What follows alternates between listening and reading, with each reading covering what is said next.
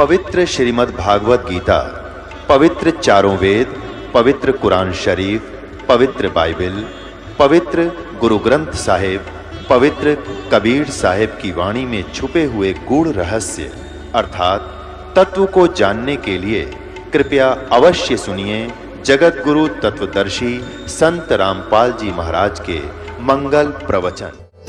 वो दयालु परमात्मा उस प्यारी आत्मा को बेई नदी पर मिले।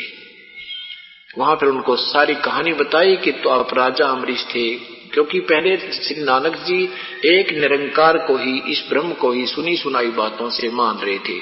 क्योंकि एक ब्रजलाल नाम के पांडा पंडित जी उन्हें गीता पढ़ाया करता था, और ये पांडव ने हमें ये शिक्षा दे रखी है, निराकार है, श्री कृष्ण सर्वेश्वर है, महेश्वर है, भगवान निराकार है। तो इस दृष्टिकोण से वो निराकार को भक्ति पर आरूढ़ थे। तो परमात्मा ने कहा ये निराकार बहुते दिन चीन्या है।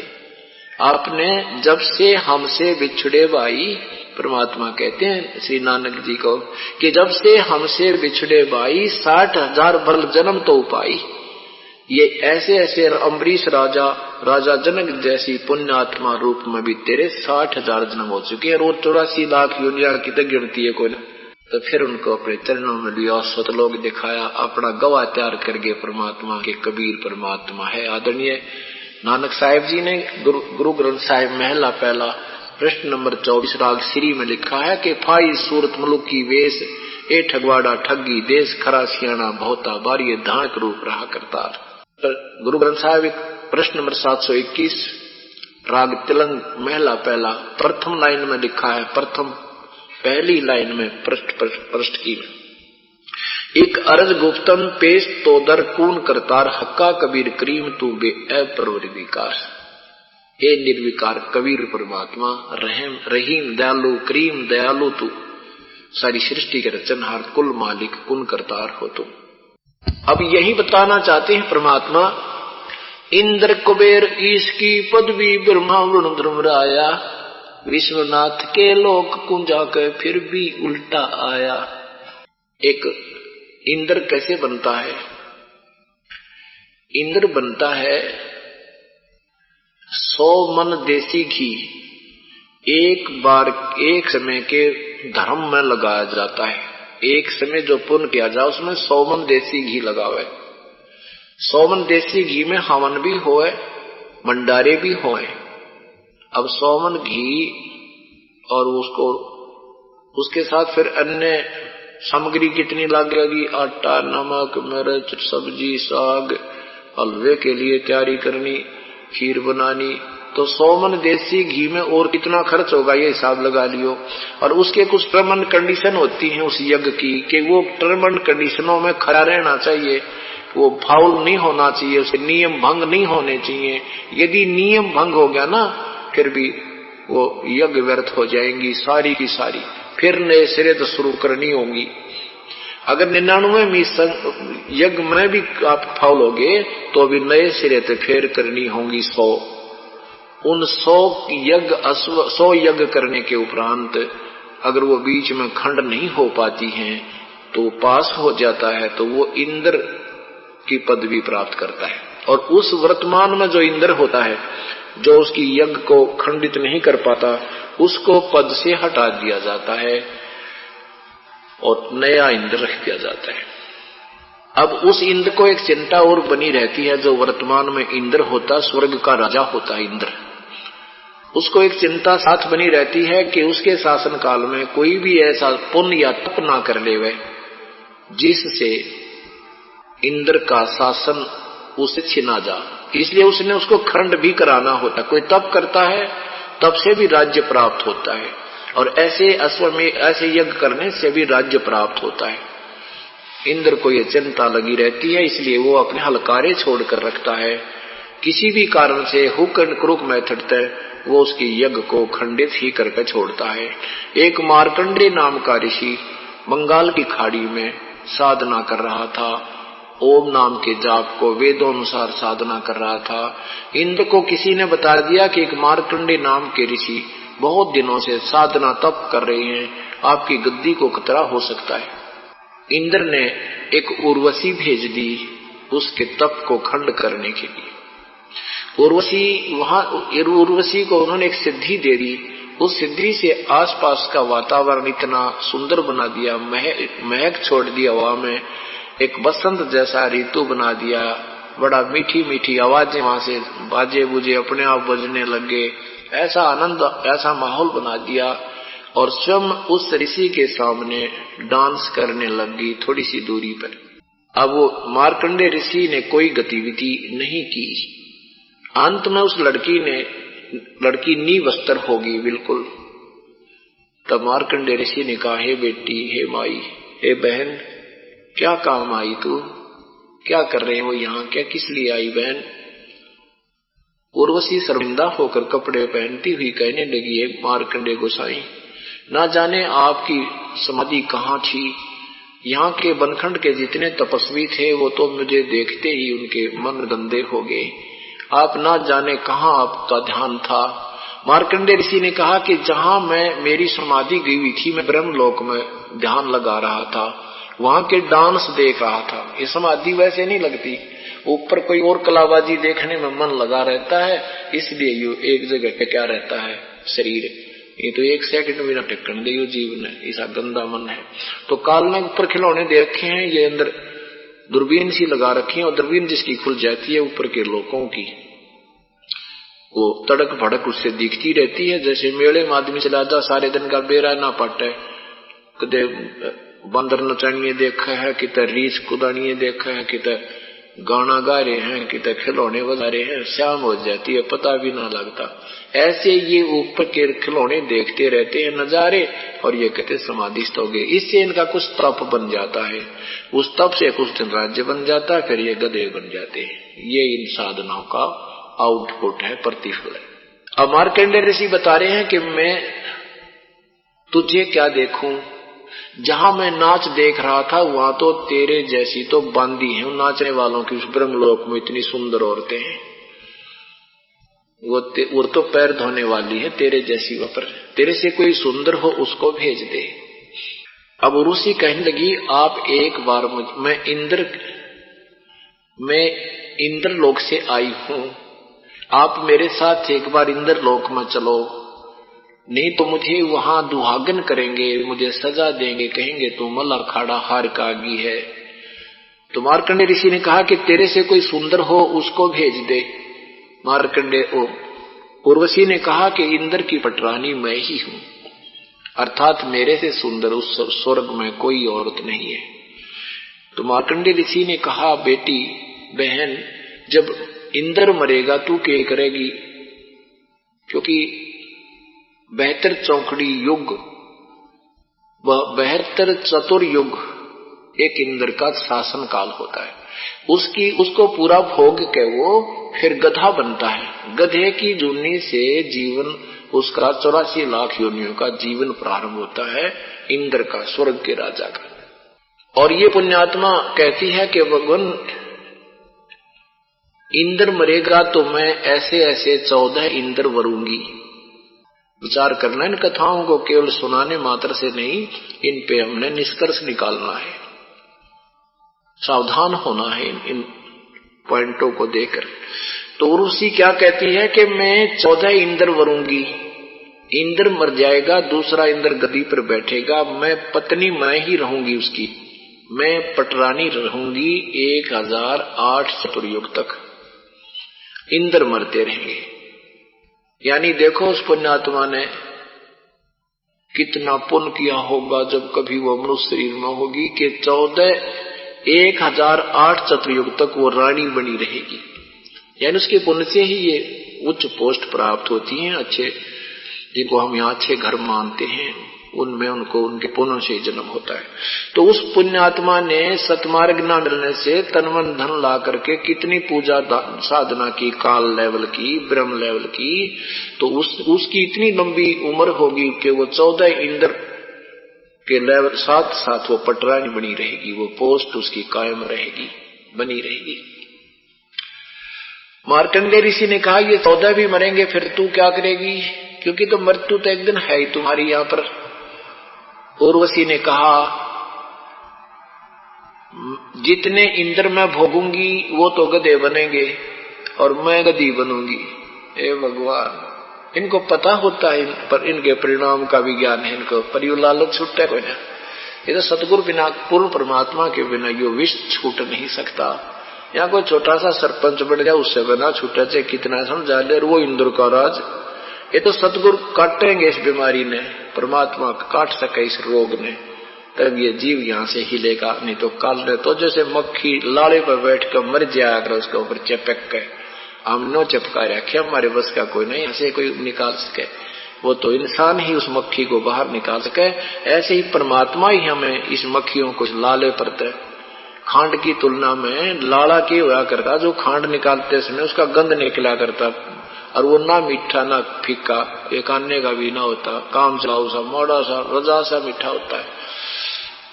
तो सतलों की तुलना में ये लाड़ा समझो 21 ब्रह्मांड यहाँ का राज, इंद्र का राज, ब्रह्मा विष्णु महेश का राज्य। तो क्या बताते हैं कि उनको पता है कि इंद्र मरेगा, वो गधा बनेगा और मैं गधी बनूंगी। तो मार्कंडे कहने लगे, ऋषि जी, मार्कंडे गुसाई ने कहा, बेटी फिर मुझे ऐसे गंदे लोक में क्यों ले जाती जिसके राजा रानी गधी बने, और तू नौका मैं अपनी इज्जत रखने खातर ले जाऊं थी। तेरी इज्जत का निकम्मी अब भी तो 14 खत्म करेगी, आज भी गधी और फिर मेरे पास से तू आप स्वीकार कर रही है कि मैं गधी बनूंगी, ये मेरे पति गधे बनेंगे। अब इतनी वार्ता हो रही थी, इतने में इंद्र आ गया। इंद्र ने कहा, हे बंद निवाज, इंद्र का राज स्वीकार करो, तुम जीते मैं हारा, हम हार गए तुम जीत गए, इंद्र की गद्दी ले लो।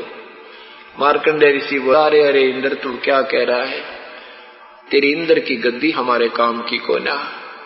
इंद्र दा राज कागदा बिष्टा ना भोगा इंद्राणी नू, जैसे सुख दे पास कुरंबा आई जाका ध्यान लग्या निर्वाणी नू। मार्कंडे ऋषि जी कहने लगे, क्योंकि जिसने जिस भी साधना का जिस लेवल का ज्ञान उसको फाइनल मान बैठा है।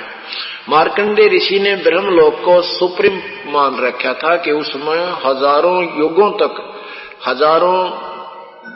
हजारों युगों तक, कई हजार युगों तक भी वहां भक्ति के कारण स्वर्ग लोक में रह जाते हैं। तो उसको इतना पता था कि ये जो पूजा करते हैं ये तो जल्दी मर मिट जाते हैं, लेकिन वहां ब्रह्मलोक वाले जल्दी से नहीं मरते, उसमें कई हजार युगों तक भी उनका जन्म व भक्ति कमाई के आधार पर महास्वर्ग बोलते हैं उसको, महास्वर्ग में उनको ठाठ रहते हैं। तो मार्कंडे जी ने यही ज्ञान था कि ब्रह्मलोक बहुत अच्छा है, इससे ऊपर कोई लोक कोई नहीं।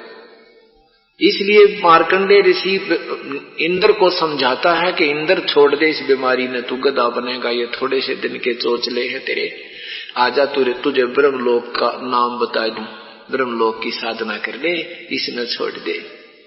अब पुण्यात्मा यही बीमारी अपने यहाँ लग रही है।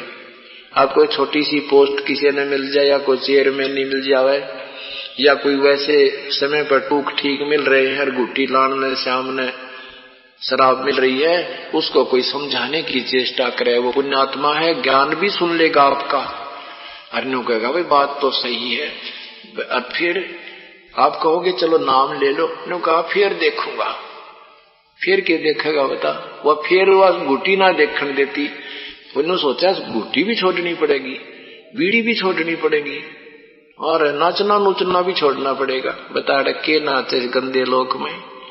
कई बहन कहती हैं कि ब्याह शादी में भी कोई ना नाचे, कमाल की बात है। जब एक फाउल पॉइंट है, जब डांस करना ही नहीं हमने इस लोक में, मतलब एक आदेश तो गुरुदेव का मान ले, और फिर इसको ज्ञान आधार से हटा यहाँ तक हृदय जब बात बनेगी।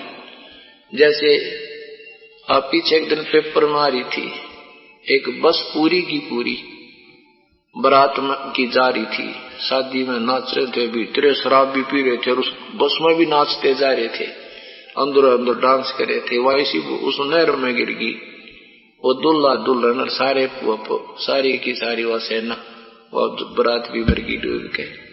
पीछे एक आई थी, कार में आ रहे थे दुल्हा दुल्हन, 6 आदमी इकट्ठे भर गए, वह नाच रहे थे, गुटी ला रहे थे, 1 मिनट में नाश हो गया।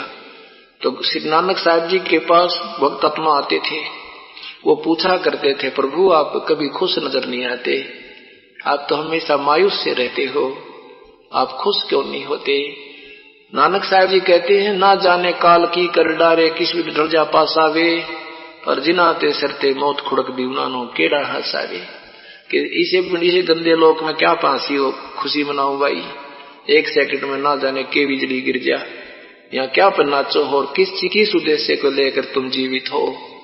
फिर उनसे पूछते थे, आप कभी प्रसन्न नहीं होते? प्रसन्न होता हूं कि जो मेरे विचारों के भक्त, मेरे सेवक हैं, जो मेरे पास आते हैं, उनको देखकर मैं गदगद हो जाता हूं। जब वो जाते हैं तो मुझे मायूसी छा जाती है कि ये भयंकर लोक में जा रहे हैं, वहां उन नली दूतों के पास जा रहे हैं, कई काल के 2-3 मेरी प्यारी आत्माओं को गुमराह ना कर दे। जब ये ज्यों के त्यों वापस आते हैं तो मुझे फिर खुशी होती है कि काल का विष इनको चढ़ा नहीं। साध मिले साड़ी सादी होंदी विछड़ जा दिलगीरी वे, अख दे नानक सुनो जहाना मुश्किल हाल फकीरी वे। कहते ये मुश्किल हाल इसलिए हो गया क्योंकि विरोधी ज्यादा हैं, इसलिए ये फकीरी यानी इनको साधु लाइन पर लगाना मुश्किल हो गया है। मैं एक मार्गदर्शन करने वाला और ये लाखों और करोड़ों गुमराह करने वाले, इसलिए मुझे ये जब जाते हैं, जब तो मैं मायूस हो जाता हूं, फिर ये दोबारा उभर कर आते हैं, तो ये संत, ये साधु, ये भक्त मेरी आत्मा आती है। साध मिले साड़ी सादी होंदी विछड़ जा दिलगीरी वे, अख दे नानक सुनो जिहाना मुश्किल हाल फकीरी वे। तो इस प्रकार इस दृष्टिकोण से हमने डांस नहीं करना, किसी प्रकार का भी साधु होकर के साधुता से रहना है, और परमात्मा के चरणों में चलेंगे, वहां फिर खूब डांस कराया कराएंगे, जहां कदे ना मरना होगा, सदा ठाठ रहेंगे। इस क्रिया से हम सीधे सतलोक जाएंगे, इसमें नो डाउट। ये तो मन में नहीं लाना कि कहीं हम पार ना हो, बस नियम से बाहर मत जाना, मर्यादा मत तोड़ देना।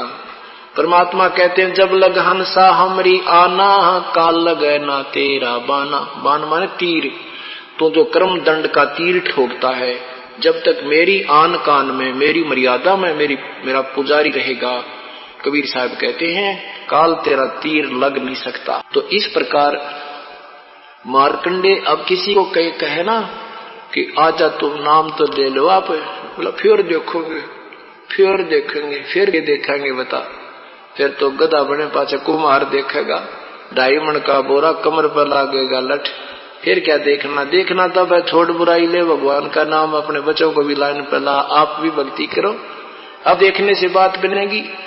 ऐसे ही इंद्र से जब मार्कंडे ऋषि ने कहा कि इंद्र छोड़, इस बीमारी ने इन चोचले छोड़ दे, तो घूटी छूटी लाने, ये नाच गाने तेरे 2 दिन के हैं, और चलो ब्रह्म लोक का मार्ग बताता हूँ, उपदेश दे दूंगा तुझे। न्यू बोला, हे बंद नवाज, फिर देखूंगा, अब तो मौज करने जो मैंने, फिर कभी बोलो। मार्कंडे ऋषि बोला, भाई ठीक है तेरी मर्जी, फिर के देखेगा जब गधा बन जाएगा, युवराज खत्म हुआ तू गधा बना, फिर क्या देखेगा। तो ऐसे ही परमात्मा कहते हैं कि इंद्र कुबेर ईश की पदवी, इंद्र भी बन गया, ये ब्रह्मा विष्णु महेश जैसे भगवान भी तुम बन चुके हो, और विष्णु नाथ के जैसे परसों आपको रामानंद जी, स्वामी रामानंद जी के विषय में ज्ञान गोष्ठी प्रभु की और रामानंद जी की हुई थी। उसमें रामानंद जी कहते हैं कि मैं तो विष्णु लोक में जाऊंगा, वहां पर दूधों की नदी बहती है, तो वहां मनुष्यों के जैसे तिल होते हैं ना, मुंह पर ठोडी ठाडी में बच्चों का हो जाते हैं, कहते हैं वहां तो वो लगे होते हैं, रतन लगे ऐसे स्थान पर, इतने सुंदर शरीर मिलेगा वहां पर, वहां नाचने और गाने और खूब ठाठ करूंगा, भगवान के दर्शन कराया करूंगा।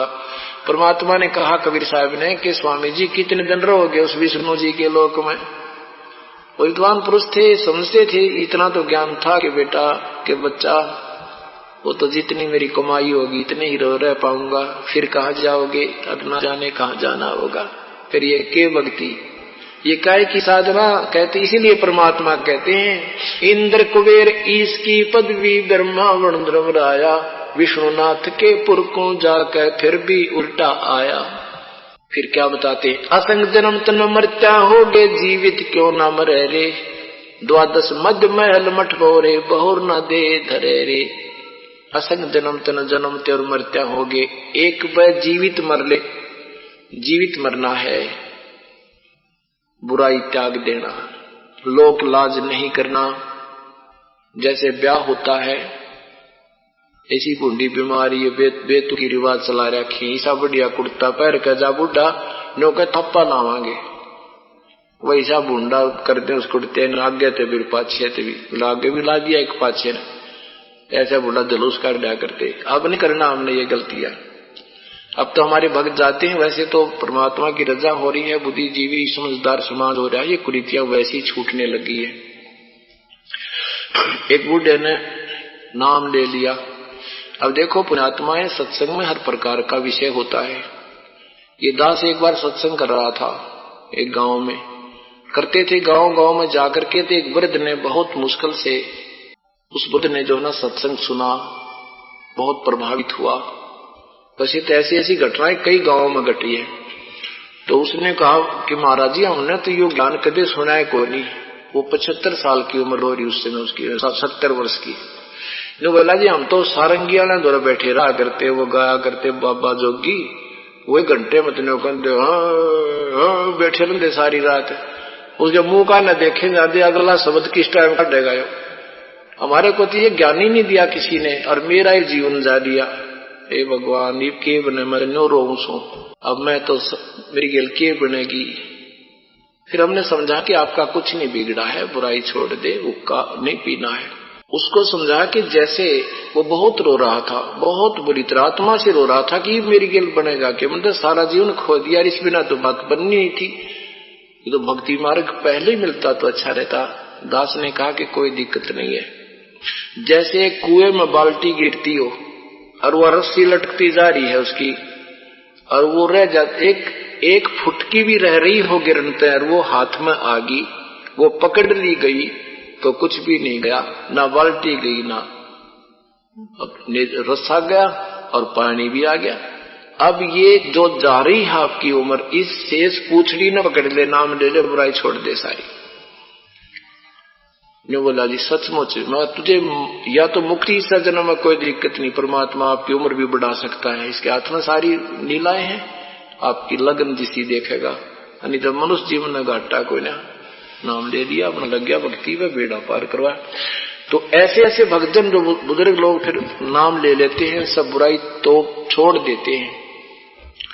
तो वो ब्याह में चला गया, तो दूसरे ब्याह था उसके भतीजे का के बेटे का। वो बोला भाई ताऊ का थापा लुआवांगे। उन्हें कह दिया जा उसका ला दो थापा।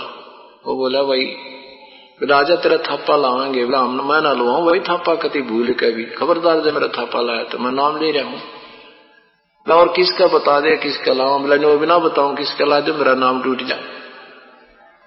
ने बोला ऐसी गलती हम ना करा, ऐसे पागल कौन रह रही। तो पुण्यात्मा हमने ये सारी कृतियां भी छोड़नी होगी। हमने किसी को सहयोग भी नहीं देना है कि तू न्यू कर, न्यू ना तो न्यू कर ले। ये बुढ़िया है ना, न्यू कही मैं तो ना पूजूंगी देवी देवता ने, बालक करें जाएंगे। माँ बालक तुमने न्यू भी ना कहना थरी आठे माँ की खीर बना दे, फिर भी नाम टूट जाएगा।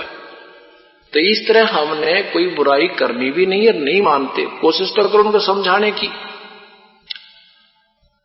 और नहीं माने तो उनको अपने मुख से ये भी नहीं कहना है कि थारी आज दुआ से आगे खीर रांध लो, खीर बना लो।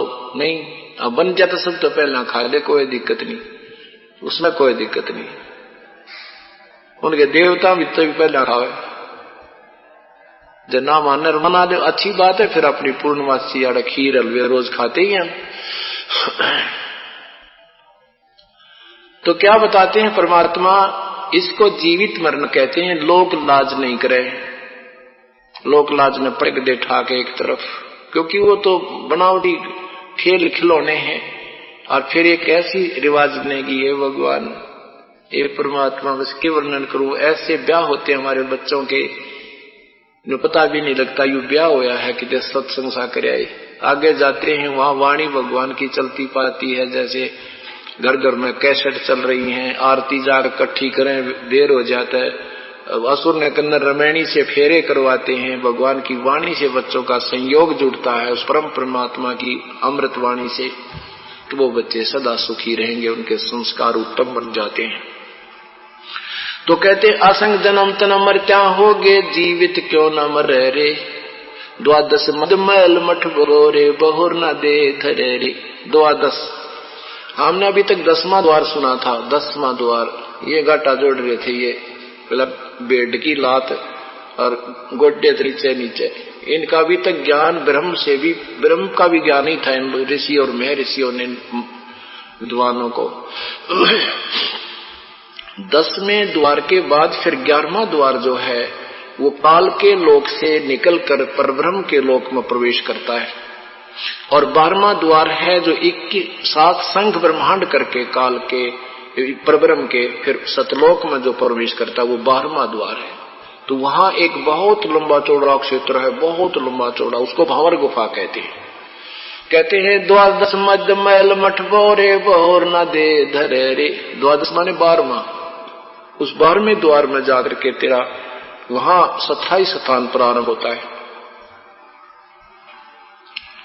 इन फिर कहते हैं दो जग भीष्ट सभी रे देखे राजपाट के रसिया, ये 3 लोक से तरपत को ना ये मन भोगी खसिया। इस मन को अगर कोई 3 लोक का राज्य भी दे देवे, जैसे कोई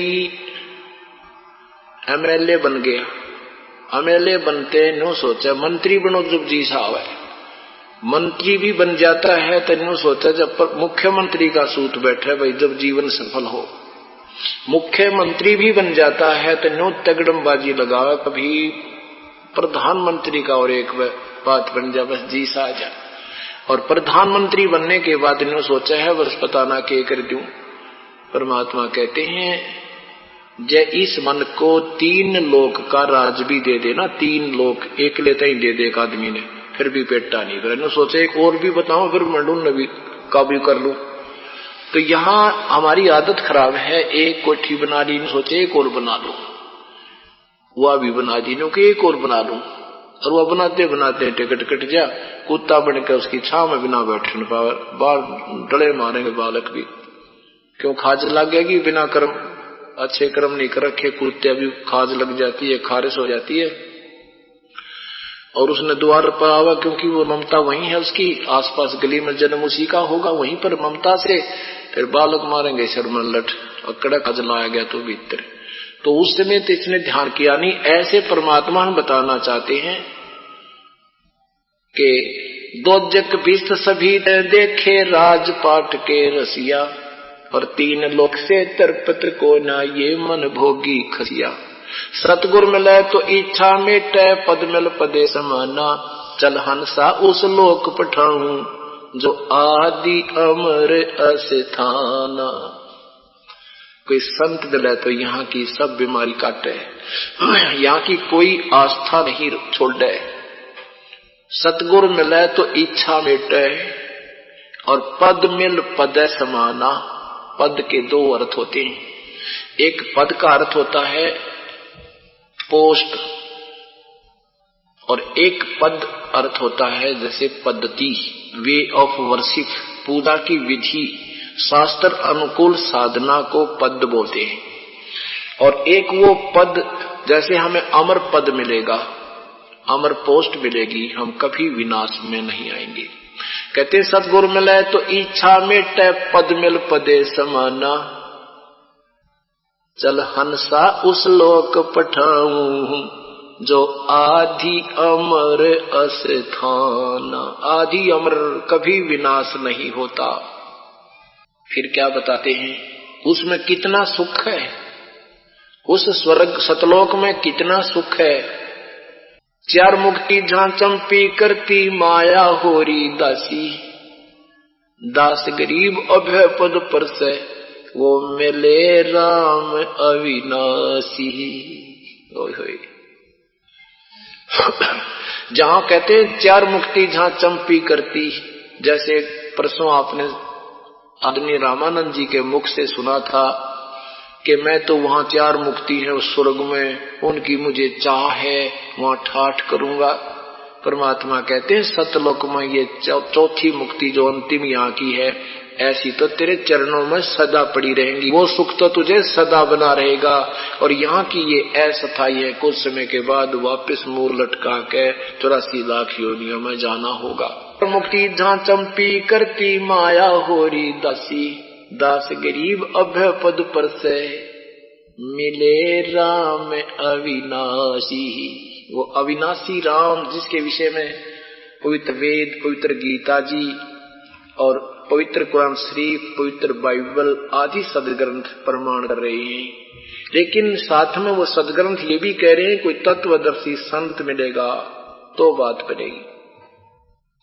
इसमें भी यही कहा कि सतगुरु मिले तो इच्छा मिटे। जैसे अभी तक आप गीता जी कोई पढ़ा करते थे, अब सब शिक्षित समाज है, बहन भाई बेटी बुजुर्ग नौजवान बालक, अब इस दृष्टिकोण से गीता जी को पढ़ते हैं, वही मूल संस्कृत जो कि तो विद्यमान है, पश्चाताप करते हैं, देख हमारी बुद्धि कति मति मारी जा रही थी, कितना सुंदर व्याख्या है और उल्टा अनुवाद कर रखा है निकम्यों ने। हम उस हिंदी को पढ़ के उन्हीं के ऊपर आसक्त बने रहे।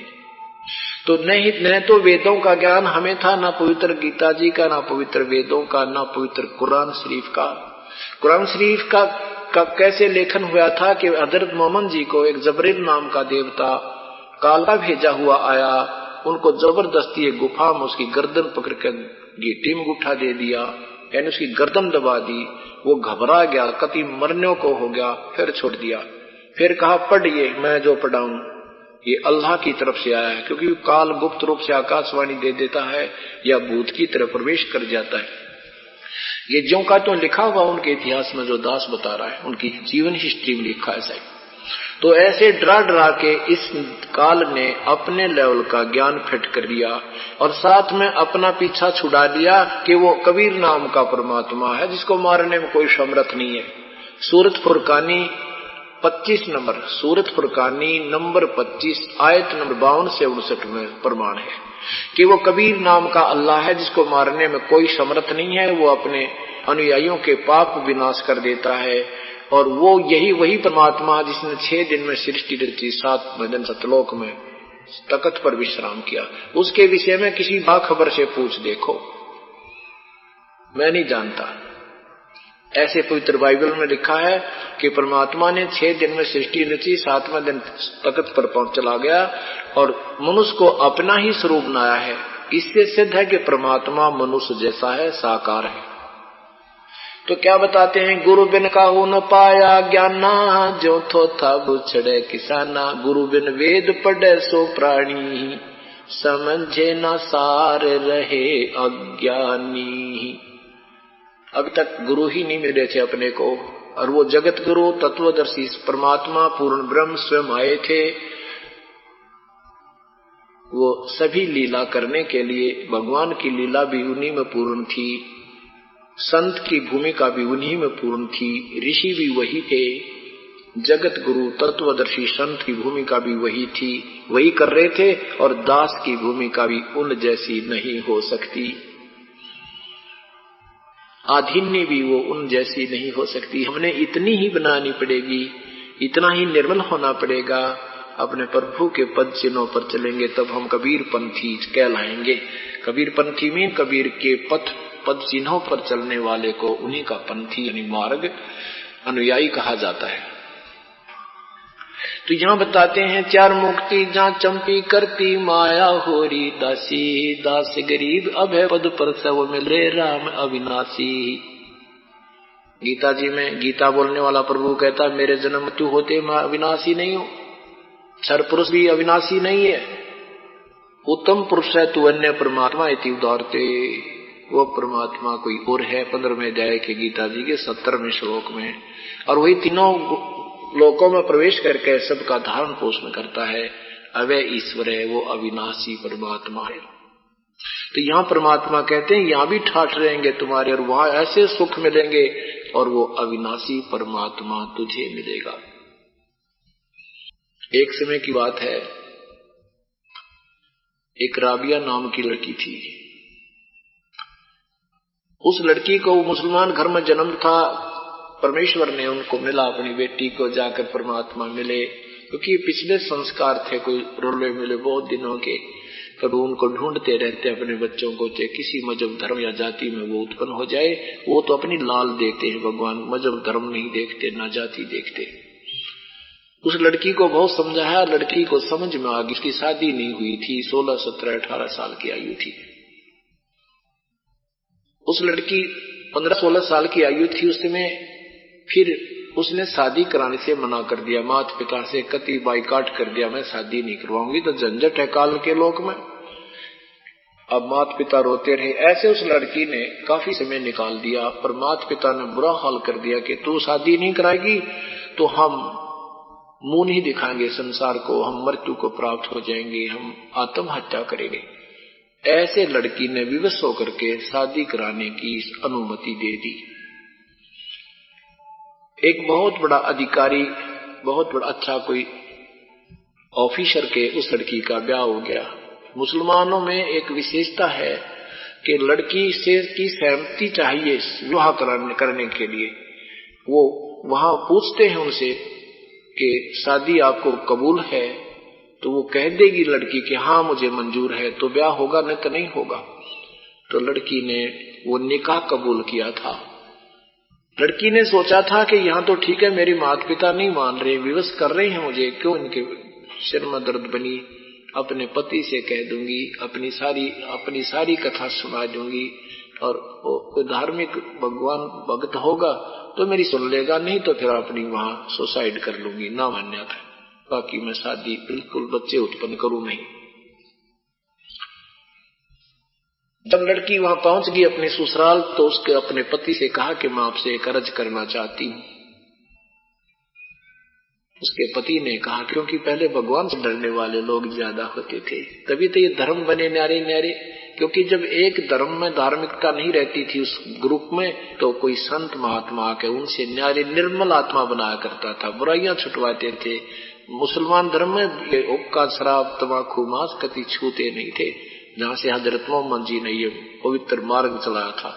इसलिए मुसलमान कहते मांस खावे, लूटा खसोटी करे, बुरा हाल, ये क्या के मुसलमान, तो मुसलमान नहीं है। इसी प्रकार हिंदू जो एक अलग से वर्ग बनाया गया था, वो बहुत पवित्र आत्मा होती थी, हुक्का, बीड़ी, शराब, मांस, तंबाकू छूते नहीं थे, झूठ नहीं बोलते थे, किसी की आत्मा नहीं दुखाते थे, भूखे रह जाते थे। तो सारे कुकर्म करे हिंदू किसे फिर वो। अब तो हम हिंदू हैं, हम ही मुसलमान हैं, ये पुण्यात्मा ईसाई हैं, यही आर्य हैं, और यही सब पुण्यात्मा हैं, यही विष्णोई है। क्योंकि जो पुण्य आत्मा है जिसमें वो सब गुण है, वही आत्मा धार्मिक होता है, अन्य धार्मिक नहीं होते। बेसिक फीत लगाई रखे। जैसे किसी का दादा परदादा वैद था, अरीब वो भी दूसरे उसके पोते पड़पोते छठी पीढ़ी वाले भी न हो गए, फलाना राम वैद, कृष्ण राम वैद, और जानते कोई ना पेट के दर्द की भाई किसे वैद, वो बेसिक फीत लगा रहे हैं, वो वैद नहीं है। ऐसे ही धार्मिक व्यक्ति वही है जो बुराई से दूर रहे, बुराई ना करे, वो धार्मिक है। उसने चाहे हिंदू कह लो, चाहे मुसलमान, ईसाई को, चाहे उसको कुछ भी कहो, वो धार्मिक व्यक्ति है। सिख कहो, जैसे जिसमें सिख धर्म प्रारंभ हुआ, वो तो छूते भी नहीं थे हुक्का, तंबाकू, मांस को। अरे सिख धर्म में देख लो कितनी बिजली गिर गई। एक किताब देखी मैंने पतली सी, उसमें लिख रखा है मांस खाना कोई बुरा नहीं है सिख समाज की, लेकिन जैसे मुसलमान हलाल करके खाते हैं ऐसे नहीं खाना, अपन झटका मार के खा लो, कोई पाप नहीं। ए तेरा गजब, ये अपनी कथा बनाए बैठे, क्या महापुरुषों ने सदग्रंथ में लिखा कि तो मांस खाने का, तो हमने उन सदग्रंथों के विपरीत सब क्रिया कर रहे, इसलिए हम धार्मिक नहीं रहे, हमने फिर बनना पड़ेगा। तो इस प्रकार उस लड़की ने, उसमें धार्मिक लोग होया करते थे। राबिया ने अपने पति से कहा कि मेरी कर्ज है आपसे, मैं बच्चे उत्पन्न नहीं करूंगी, और यदि आप मुझे विवश करोगे तो मैं आत्महत्या कर लूंगी। मैं भगवान की भक्ति करना चाहती हूँ, मुझे एक ऐसा ज्ञान मिला है, मैं भक्ति करना चाहती हूँ। अब उसके पति ने कहा, राबिया तेरे से हमने कोई विवश जबरदस्ती नहीं की थी, आपने निकाह कबूल किया था, आपने शादी स्वीकार की थी, तो मैंने शादी की। आप मना कर देती, आप पर क्या दबाव था? लड़की ने बताया कि मैंने मना बहुत किया था, 4 वर्ष मैंने निकाल भी दिए थे, तभी मेरी उम्र ये इतनी हो गई है। मेरे माता पिता बहुत विवश थे, लोग लाज में आकर उन्होंने सुसाइड करने का पक्का इरादा कर लिया था। तो मैंने ये सोचा था जो अपने पति को समझाऊंगी, वो धार्मिक व्यक्ति होगा तो मेरी बात मान लेगा, और नहीं तो मेरी अंतिम आप ये बात सुन लो, अगर आप नहीं मानोगे तो मैं आत्महत्या कर लूंगी, मैं जीऊंगी नहीं। अब उसने सोचा भाई, अपने विचार किया, भगवान से डरने वाला था। उसने कहा, राबिया जैसे आपकी इज्जत है आपके माता पिता की, ऐसे मेरे माता पिता की भी इज्जत है। यहां भी समाज ऐसा ही गहरा है, परंतु एक काम करेगी तू, मैं तुझे अलग से एक मकान दे दूंगा, अपनी भक्ति करना, मेरे पास बहुत मौज है, अल्लाह की दी हुई, कोई कमी नहीं किसी वस्तु की। एक काम करना, तू समाज की दृष्टि में तूने मेरी पत्नी रूप में रहना होगा और मेरी दृष्टि में तो मेरी बहन रूप में होगी। तुझे मैं हर सुविधा प्रदान करूंगा, तुझे नौकरानी दे दूंगा, लेकिन घर से बाहर नहीं जाने दूंगा तुझे। अल्लाह का शुक्र किया, परमात्मा का शुक्र किया राबिया ने, बड़ी दया करी मालिक, कितना भाग्यवान आदमी मिल गया, ये तो एक बहुत ही सहयोगी होगा मेरे भक्ति में। कहने लगी, मैं कसम खाती हूं जैसे आप रखोगे मैं वैसे रहूंगी। उसने एक अलग से उसको मकान दे दिया, सेवक एक आदि सेविका छोड़ दी और स्वयं शादी दूसरी करवा ली। अब वो 55 साल की उम्र होगी जब राबिया की। उस नादान ने 4 वर्ष परमात्मा की भक्ति की और जब शादी वहां से होगी तो वहां उसने उसके माहौल में रंगी, जो वहां के लोग धार्मिक अपनी पूजाएं करते थे वही करने लगी। 4 वर्ष उसने कति निभा करके भक्ति की थी परम पिता के नाम की। बाकी फिर वो डले ढूंढ लाएगी जो अपने परंपरागत होते हैं, क्योंकि ये कुसंगत बहुत बूढ़ी होती है। जहां एक परंपरा पड़ी है और वहां 1000 आदमी एक सी साधना करते हैं तो फिर वो सबसे उनको पसंद आती है, शायद ये ठीक है, मैं अकेली कदे गलत ना हो जाऊं, क्योंकि फिर भगवान का सतगुरु का संग उसको मिला नहीं, क्योंकि वो नाम रहित होगी थी। 55 वर्ष की जब वो राबिया होगी, अपने पति से कहा, क्योंकि ये एक और बीमारी है इन मजहबों में कि जो मक्का में स्नान, मक्का के अंदर जो दर्शन नहीं करके आता, हज नहीं करके आता, तो वो स्वर्ग प्राप्ति नहीं करता, वहां जाना आवश्यक होता है। और ये भी सुना है, ये कहते हैं कि जब मक्का में जीवन पूरा हो जाए तो उस जैसा तो कहना है कि वो तो सीधा स्वर्ग जाता है, स्वर्ग से ऊपर इनकी दृष्टि किसी की है ही नहीं। तो राबिया ने अपने पति से कहा कि मैं एक बार हज करने जाना चाहती हूँ, आपकी आज्ञा हो तो। अब उसने कहा, आप जा सकते हो, ये भी कोई बात ही, आपके साथ ऊंट गाड़ी भिजवा देता हूँ, ऊंट को तैयार करवा देता हूँ, ऊंट पर बैठकर जा ठाठ से। वो कहने लगी, नहीं मैं पैदल जाऊंगी, श्रद्धा से पैदल जाऊंगी। वो बोला, जैसे तेरी इच्छा, कैसे जा। जब उसने देख लिया था कि आज तक इसने गली में खड़ी नहीं देखी मैंने, या ना किस तरह किसी प्रकार अन्य सहेलियों के साथ इधर उधर की गप्पे मारती देखी, कहीं बैठती थी तो अल्लाह का जिक्र करती थी, अपनी नमाज करती थी, जो उसको पता था, रोजे रखती थी, मांस मीट भी खान लाएगी फिर तो, क्योंकि जैसा रंग वैसा है संग वैसा है रंग बन गया था।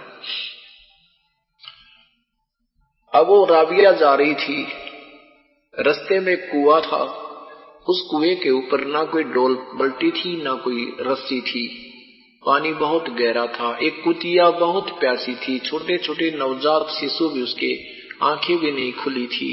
और वो कुतिया कभी भागकर राबिया के चरणों में आती थी, फिर भागकर कुएं की तरफ जाती थी, फिर चरणों में आती थी, फिर वहां जाती थी। राबिया समझ गई कि अब प्यासी मर रही है, साथ में इसके नवजात शिशु है।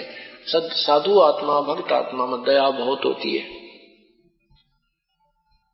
अब राबिया समझ रही थी कि प्यासी है और पानी नहीं मिला तो ये मरेगी, साथ में इसका पूरा परिवार मर जाएगा। दया बिना दरवेश कसाई, जिसमें दया नहीं वो संत नहीं होता। अब राबिया ने जाकर देखा कि कुएं पर ना कोई रस्सी है ना कोई बाल्टी है। बड़ी समस्या आ गई। आसपास कोई 2-4 किलोमीटर तक कोई गांव या झोंपड़ी, कोई नगरी ढाणी नजर नहीं आ रही है। रेगिस्तान का स्थान है। लड़की ने आव देखा ना ताव देखा, अपने सिर के बाल लंबे लंबे थे, जो पकड़ पकड़ कर पाट दिए सारे। पाट के देखियो 2-4 बाल, कितना अंगाला, कितना दर्द है।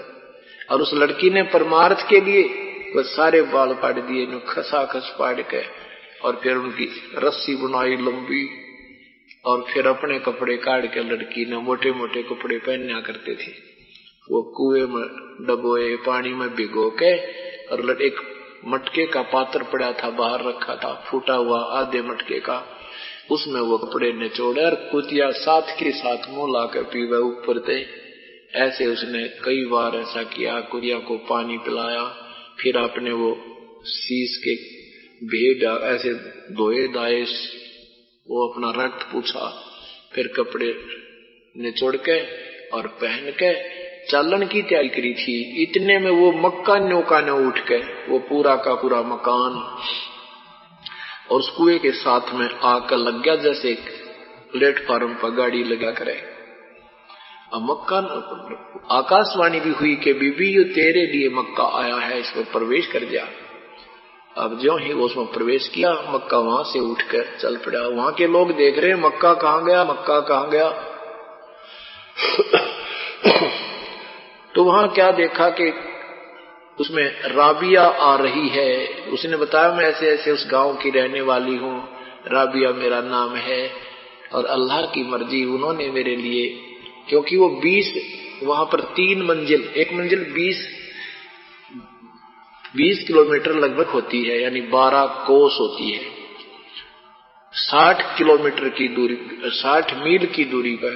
ओए होए, वो मक्का हवाई जहाज की तरह गया और वापस लेकर आया। तो उस क्षेत्र में ये चर्चा होगी, भक्ति हो तो राबी जैसी, भक्ति हो तो राबिया जैसी, भक्ति हो तो राबिया जैसी। उस जीवन में वो 1 नंबर की प्रसिद्ध भगत होगी। अगले जन्म में उसका जन्म लड़की का हो गया मुसलमान धर्म में, और वो एक बंसरी नाम की लड़की, बहुत अच्छी शब्द गायिका, भगवान के गुणगान करने वाली, भगवान के कविता आदि गाने वाली बहुत अच्छी प्रसिद्ध लड़की होगी। अब वो धार्मिकता जो 4 साल का भक्ति परमात्मा की हुई थी, उस 4 वर्ष की भक्ति के कारण उसको मनुष्य जीवन मिलते जा रहे हैं, और वो नादान समझ रही है कि मैं जो अपनी परंपरागत पूजाएं कर रही हूं, इससे मुझे राहत मिल रही है। अब वो धार्मिकता उसके अंदर फिर भी समाई रही, और उसने सुना था अपने परंपरागत के जो मक्का में जिसका जीवन पूरा हो जाता है वो सीधा स्वर्ग जाता है। बंसुरी ने सोची, जब 60-65 साल की होगी, बंसुरी ने सोचा कि क्यों ना मक्के में अपना जीवन कर दो पूरा, स्वर्ग तो जाना है, ये वृद्ध अवस्था होगी, एक दिन मृत्यु तो होनी ही है। ये सोच कर लड़की ने मक्के में अपनी गर्दन काट कर चढ़ा दी। अब दुनिया कहती है भाई ये तो गई स्वर्ग में, ये तो गई स्वर्ग में, बंसुरी तो गई स्वर्ग में। अगले जन्म में उस लड़की का जन्म एक संस्कारवश गणका का हो गया, वैश्या बन गई। वो पूरा जीवन गंदा भोग के फिर उसका फिर कुछ मनुष्य जीवन शेष था। वो शेख तकी जो सिकंदर लोदी का धार्मिक गुरु था, उस शेख तकी के पुत्री रूप में जन्म लिया। अब पुत्री रूप में जन्म लिया तो वहां वो उसमें 12 वर्ष की हो चुकी थी।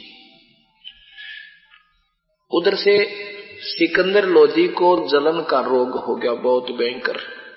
किसी भी जंतर मंत्र से कोई आराम नहीं हुआ, सारे वैद्य फेल हो गए, क्योंकि जब पाप प्राणी के बढ़ जाते हैं दवाइयां निष्क्रिय हो जाती हैं, बल्कि दुष्प्रभाव करती है, रिएक्शन करने लग जाती है।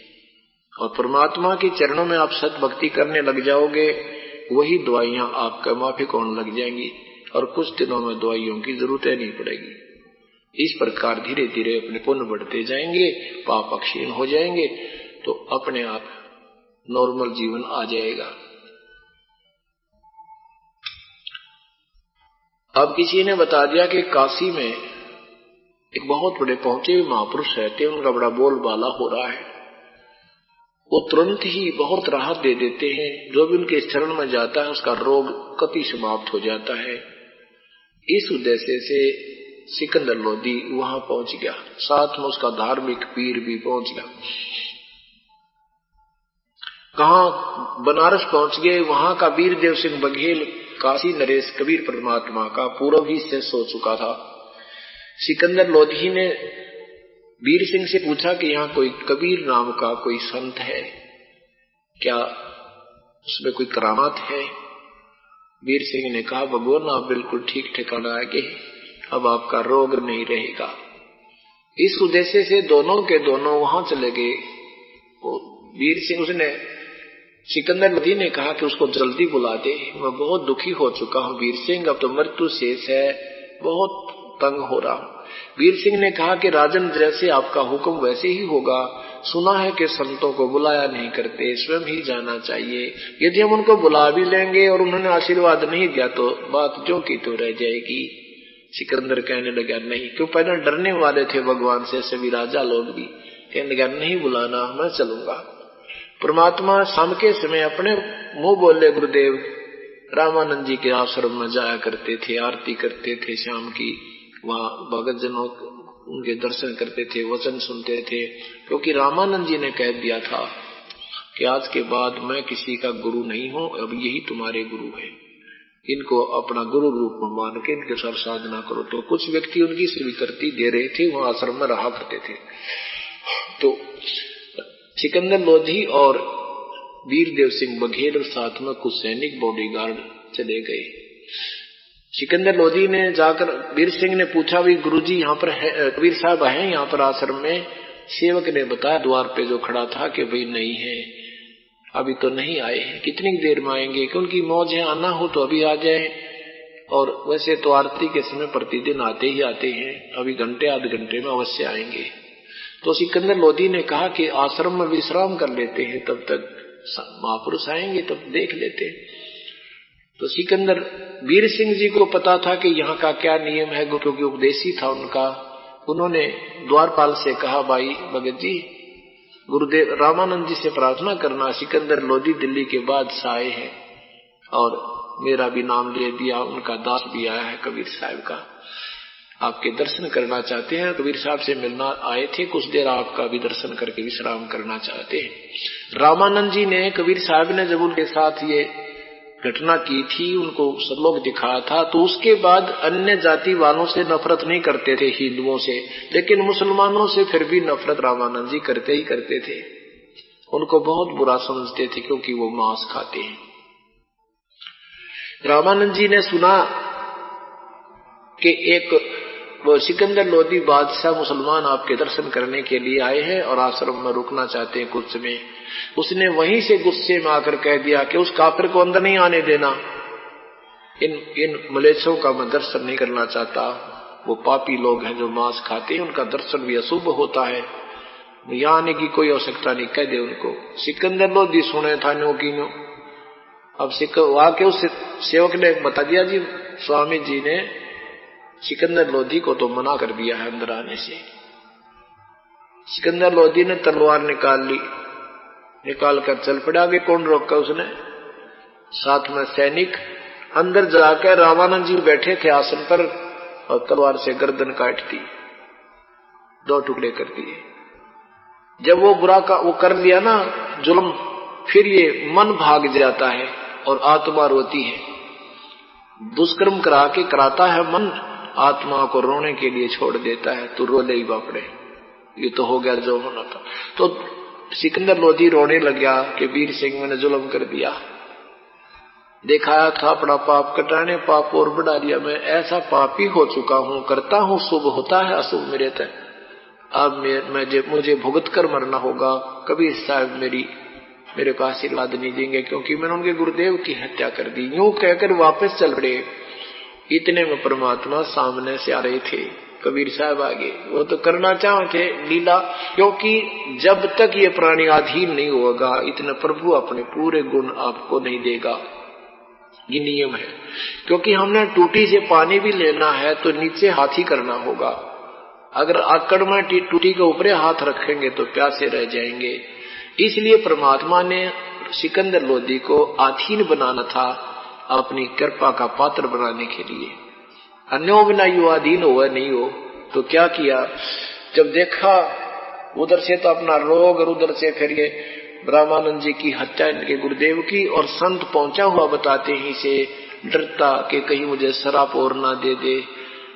तो वीरदेव सिंह बघेल तो उनका शिष्ठा ही था, उस उन्होंने दंडवत प्रणाम करना ही था। न्यू का जमीन के ऊपर लेटकर समेत मुकुट के और दंडवत प्रणाम किया अपने पूज्य गुरुदेव को। वीर देव सिंह ने अब बिजली का वो सिकंदर लोधी भी डरा हुआ था, वो भी दंडवत प्रणाम किया अपने चरणों में कबीर परमात्मा के। परमेश्वर ने दोनों के सिर पे हाथ रखा और कहा, ये दो नवाब मुजदास के पास कैसे आप पहुंचे? उठो राजन, ऐसा ना शर्मिंदा करो मुझे, मैं तो छोटा सा जीव हूँ, दास हूँ आपका, मुझे क्यों इतना वो अपमानित कर रहे हो मुझे प्रणाम करके।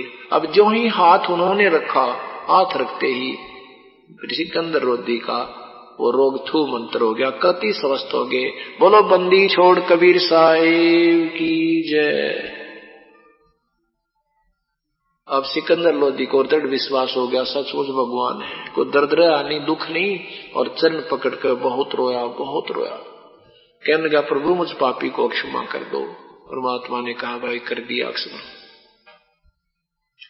नहीं, मुझे क्षमा नहीं कर सकते प्रभु, आप मैंने ऐसा पाप कर दिया। परमात्मा ने कहा कि जो तूने जो कुछ भी कर दिया तेरा सारा माफ है, उठ राजन, कोई बात नहीं।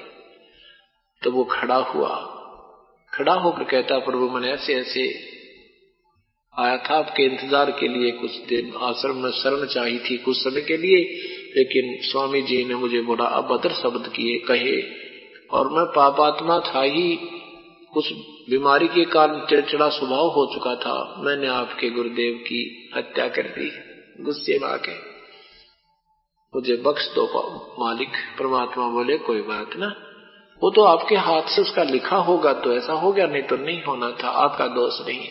ये तो बहुत योगों के संस्कार रले मिले होते हैं। एक काम करना राजन, अब अंतिम संस्कार करा के जाना, ऐसा नहीं जाना चाहिए, तो ये पाप लग जाएगा, दुनिया थूकेगी आपको। यूं कहकर कबीर साहब तो अंदर की तरफ चल पड़े। आश्रम के पीछे पीछे सिकंदर लोधी और वीर देव सिंह बघेल दोनों आन लगे। अब बादशाह कहता है नरेश से कि वीर सिंह, ये तो भगवान में पड़ा है भाई, ये तो सचमुच परमात्मा है। देख मेरा कति इतना रोग भयंकर था, आज निशान भी कोई नहीं, मुझे याद भी नहीं मैं बीमार था, और देखो इनके गुरुदेव की मैंने हत्या कर दी, और इन्होंने मुझे क्रोध भी नहीं किया, नहीं तो लाल हो जाते, मैं डर रहा था। वे सचमुच ये तो परमात्मा की संज्ञा में है, अल्लाह की जात है, अल्लाह का स्वरूप है। अब वीर सिंह सोच रहा मन में, क्यों तो ट्रेलर दिखाते रहते हैं, ये बात देखिए तो क्या करेंगे, अब क्या क्या खेल दिखाएंगे, भगवान तो हैं ये। अंदर जब देखा तो रामानंद जी के दो हिस्से पड़े हैं, गर्दन कहीं है, सब कहीं है, कपड़ा डाल रखा है। अब जाके परमात्मा ने प्रणाम किया, अपने गुरुदेव को दंडवत प्रणाम किया, चरण छुए, गुरुदेव उठो। सेवक कहने लगे, गुरुजी तो कत्ल कर दिया है सिकंदर लोधी ने। गुरुदेव कहे, तो मरे पड़े हैं। कबीर साहब बोले, संत कभी मरते हैं, ऐसी बात क्यों कह रहे हो तुम? नहीं, ये जीवित है, अभी देखना जिएंगे। वो कहते, कैसे जिएंगे, गर्दन वो पड़ी, ये यहाँ पड़े थाड़े। इतने में मालिक ने कहा, स्वामी जी उठियो, आरती का समय हो गया, प्रभु आरती करेंगे। देख सिकंदर लोधी दिल्ली के बादशाह के दर्शन के लिए आए हैं। इतना ही कहा था, वो गर्दन उठ गए और परमात्मा उस रामानंद की धड़ पर जुड़ गई और बैठ गए रामानंद जी। बोलो सतगुरुदेव की जय। अब सिकंदर लोधी को देखकर फिर लाल आंख कर ली, लेकिन परमात्मा ने विषय बदल दिया। हे प्रभु, आप तो लीला कर रहे थे, देखा आप कहाँ मरे थे। अब रामानंद जी ने देखा कि उनके शरीर का कत्ल होने के बाद आधा खून आधा दूध बह रहा था। रामानंद जी ने कहा, कबीर साहब, हे प्रभु, ये मेरे शरीर से आधा खून और आधा रक्त कैसे है, दूध कैसे है? या तो खून न खून होना चाहिए था, या दूध तो फिर पूरा होना चाहिए था। तब प्रभु ने कहा, प्रभु क्या परमेश्वर ने कहा कि क्या बताऊं स्वामी जी, आप जानी जान हो। हे परमात्मा, आपने अन्य जाति वाले हिंदुओं से तो अब नफरत रही नहीं, उनको तो आप अपना भाई बहन मानते हो, और मुसलमानों से आप द्वेष करते हो, इसलिए आप में आधे भक्त हुए हो। जब तक आप में घृणा है और ऊंच नीच की पदवी आपके अंदर समाई है, बुरा कोई नहीं है। बुरा वो है जो काम बुरे करे, वो भला व्यक्ति है, चाहे किसी जाति और मजहब का है, जो पुण्य करता है बुराई से दूर होता है, और नहीं करता है बुराई करता तो उसको हम ठीक करेंगे, अपने भाई बहन को बच्चा समझाएंगे, बुराई छुटवाएंगे, उनसे नफरत करेंगे तो वो हमारे पास आएंगे कैसे, उनको कैसे निर्मल करेंगे। यदि कपड़ा धोबी के पास आएगा नहीं, उसको मैला समझ के दूर पटक देगा, वो धोबी की सा। रामानंद जी जान गए भाई ये तो सारा खेल इनका कराया हुआ था।